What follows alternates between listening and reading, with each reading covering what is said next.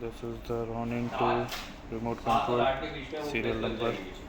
As you can see, it has been connected from, and we are just doing it, and we are just putting on the pan, so the panning is going automatically. As we stop, it has been stopped. Again, when we are putting the panning on,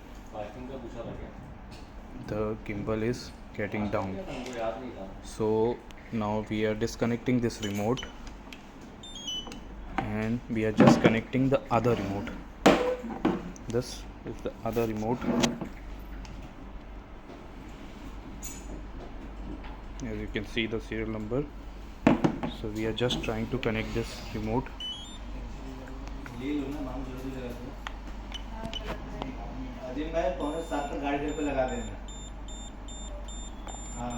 And it has been connected. So now, as you can see, here we are doing the pan completely, but it's not getting up. Tilt is not getting up and down.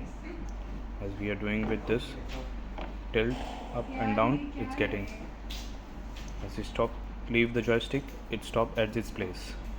But at the other remote, there is a issue. This is the other remote serial number. Check once again, which has a issue.